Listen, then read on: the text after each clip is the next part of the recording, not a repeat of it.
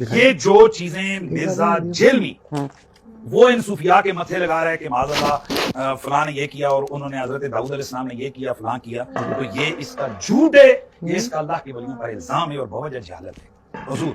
ہمارا آپ انہی بابوں کی وجہ سے تو ان پہ چڑھائی کر کے بیٹھے ہیں۔ میری حضور سن لیں، میں آپ ہی کی بولی بول رہا ہوں، آپ کا لفظ بولے، اچھا پھر آپ سکتے ہر ایسی ہر بولنے لگا ہوں جو ابھی آپ بولنا چاہتے ہیں۔ ہلاکو خان نے 1258 میں بغداد پر حملہ کیا تو اس وقت وہاں کے مذہبی رہنماؤں اور علماء کے درمیان شدید اختلافات اور فرقہ وارانہ کشمکش اپنے عروج پر تھی۔ اس وقت بغداد میں سنی اور شیعہ فرقوں کے درمیان جھگڑے ہوتے، ایک دوسرے پر لعنت ملامت ہوتی، علماء اور مذہبی رہنما اپنے اپنے فرقوں کے دفاع میں ایک دوسرے کو کافر کافر پکارتے اور نفرت کے یہ سارے کام ممبر رسول پر براجمان ہو کر کرتے۔ پھر ہلاکو آیا، شیعہ سنی سب لاکھوں کی تعداد میں قتل ہوئے اور دجلہ کا پانی کتابوں کی سیاہی اور خون سے رنگین ہو گیا۔ دنیا اس واقعے کو اسلامی تاریخ میں ایک عبرت ناک مثال کے طور پر دیکھتی ہے، لیکن پاکستان کے مولویوں اور بغداد کے مولویوں کی بہت سی باتیں مشترک ہیں، اور اس میں ارشاد بھٹی نے کیا خوبصورت تڑکا لگایا ہے۔ اس پر بات کرنے سے پہلے آپ سے درخواست ہے کہ میرے چینل کو سبسکرائب کر لیں اور بیل کا بٹن بھی دبا لیں۔ نہیں سن تو لینا، آپ سنیں گے نہیں تو پھر کیسے ہوگا؟ اچھا پہلے غوث پاک کا دھوبی وہ فوت ہوا، قبر میں گیا، جس پہ مرزا صاحب تنقید کرتے ہیں میں وہ سامنے رکھ رہا ہوں، جن پہ بابوں پہ تنقید کرتے ہیں میں وہ سامنے رکھ رہا ہوں۔ پھر مرزا صاحب تو صحیح حدیثوں پہ تنقید کرتے ہیں، سنتے سنیں تو صحیح جو میں نے سنی۔ پھر مولانا الیاس قادری صاحب کی کتاب جنات کا باعث، عبد القادر جیلانی کا ایک مرید، انہوں نے دیکھا مرید کے لوٹے کی ٹوٹی قبلہ رخ نہ تھی، ملال ہوا جلال میں، نگاہ جلالی ڈالی، مرید کو جلا کر راکھ کر دیا، بعد میں لوٹا بھی قبلہ رخ ہو گیا۔ صوفیاء یا اس طرح کے بزرگوں کی حوالے سے لکھی گئی جو کتابیں ہیں جن میں کرامات وغیرہ اس طرح کی چیزیں وہ لکھتے ہیں، یہ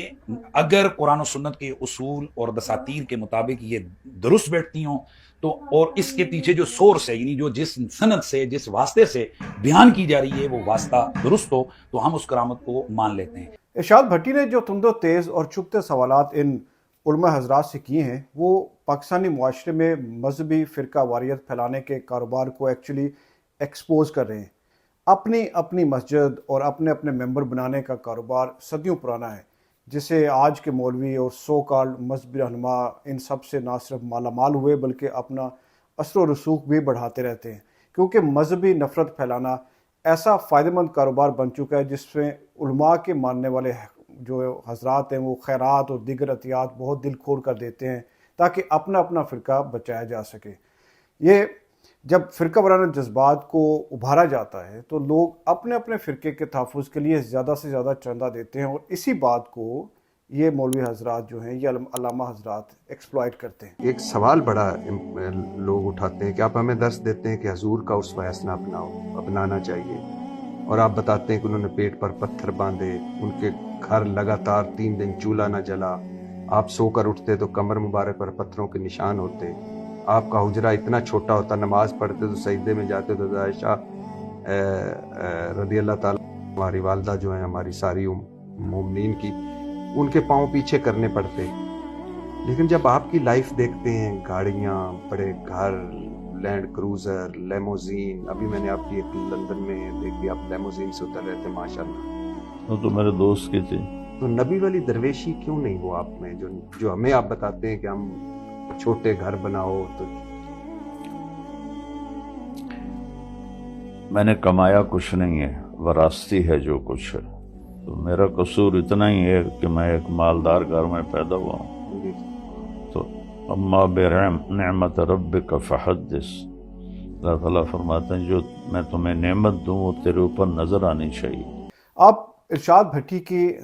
جو ان کا جو صحافتی انداز ہے اس سے اختلاف کر سکتے ہیں،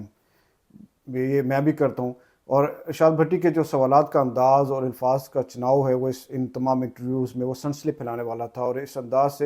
ارشاد بھٹی نے سوشل میڈیا پر تنازعات بھی پیدا کیے ہیں، جس سے یقیناً ان کو فائدہ پہنچا ہے، ان کے یوٹیوب چینل کو فائدہ پہنچا ہے۔ جس طرح سے ارشاد بھٹی نے ان مولویوں، ان کہانی بازوں، بلکہ مذہبی شعبدہ بازوں اور نفرت کے پجاریوں کو ایکسپوز کیا ہے، جتنا خوبصورتی سے ایکسپوز کیا وہ بہت اعلیٰ کام ہوا ہے۔ یہ الگ بات ہے کہ ماضی کی طرح کچھ ہی دنوں میں یہ مولوی حضرات واپس اپنی ڈگر پر ہوں گے اور کاروبار پھر سے چمک رہا ہوگا، مگر پھر بھی مذہب کے نام پر ان علماء نے جو